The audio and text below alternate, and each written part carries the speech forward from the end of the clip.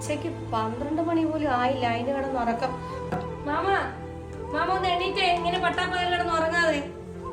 ഇതാ മുറ്റമല്ല ഒന്ന് തൂത്തുവാരി ഇട, എന്നിട്ട് 2 ഉള്ളി വിറവ് ഇവിടെ കിടക്കുന്നത്, അതൊന്നും എടുത്ത് പൊട്ടിച്ചിട്ടേ. വാ എണീറ്റ് വാ. ഇച്ചിരി വെള്ളം ഇങ്ങോട്ട് വേണം. വയ്യാതെ ജോലിയൊക്കെ ചെയ്യാൻ പോയവാ, അകത്ത് കയറിയിരിക്കുവാ. വയ്യാതെ ഈ ജോലിയൊന്നും ചെയ്യുന്നത് ഞാൻ പലവട്ടം പറഞ്ഞില്ലയോ. ചൂട് വെള്ളം വേണം. ചൂട് വെള്ളം എന്താ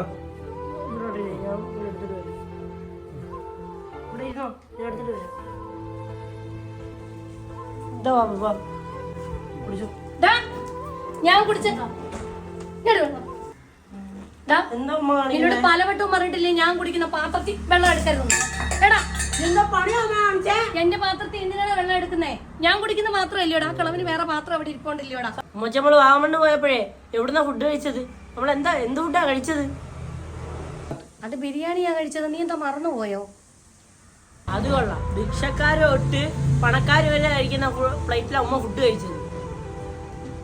പലരും കഴിക്കുന്ന പാത്രത്തിൽ ഉമ്മയ്ക്ക് നക്കി നക്കി തിന്നാൻ പറ്റും, പക്ഷെ സ്വന്തം ഭർത്താവിന്റെ വാപ്പ കഴിക്കുന്നതിൽ കഴിക്കാനും കുടിക്കാനും ഉമ്മയ്ക്ക് പറ്റത്തില്ല അല്ലേ?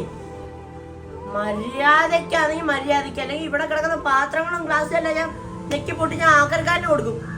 ഉമ്മ പറഞ്ഞിട്ട് അറിയില്ല, ഭർത്താവ് എന്ന് പറയുന്ന ഒരു പെൺകൊന്നും ഉണ്ടല്ലോ, അങ്ങനെ പറഞ്ഞാ മതി. ഇതേ എന്റെ വീടാ, എന്റെ വീട്ടിൽ ഞാൻ പറയുന്ന കേട്ടാ മതി. ഇവിടെ വാപ്പുമ്മയ്ക്കും വാപ്പുപ്പയ്ക്കും കഴിഞ്ഞിട്ടുള്ള സ്ഥാനം മതി ഇവിടെ ആർക്കും.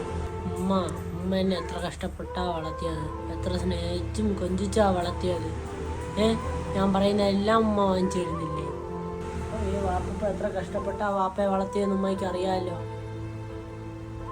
ഇന്നത്തെ കാലത്ത് നല്ലൊരു ഭക്ഷണം കഴിക്കാനോ നല്ലത്തെ വസ്ത്രം വാങ്ങിക്കാനോ ഒന്നും ഗതിയില്ലായിരുന്നു. എന്നിട്ടും പൊന്നുപോലെ നോക്കി കഷ്ടപ്പെട്ട് വളർത്തിയിട്ട് ഉമ്മയുടെ കയ്യിൽ ഏൽപ്പിച്ചു വിട്ടത്. എന്നിട്ട് ഉമ്മ ഇങ്ങനെ കാണിക്കുന്നല്ലോ. ഇത്രയും കഷ്ടപ്പെട്ട് വളർത്തിയ മകനെ ഭർത്താവായിട്ട് കൈപിടിച്ച് തന്ന ഈ വാപ്പപ്പായ അടുത്ത് ഉമ്മയ്ക്ക് 100 കോടി പുണ്യമായി വാപ്പപ്പായ അടുത്ത് ചെയ്യാറുണ്ട്. വന്ന വഴി ഉമ്മ ഒരിക്കലും മറക്കല്ലേ കേട്ടോ. ഉമ്മ ഒന്ന് സോറി പറക്കാല്ലേ പിടിച്ച്. അമ്മ എന്നോട് ക്ഷമിക്കൂ അമ്മ, ഞാൻ അറിവില്ലാതെ ചെയ്തു പോയതാ. ഇങ്ങനെ ആവർത്തിക്കല്ലേ കേട്ടോ.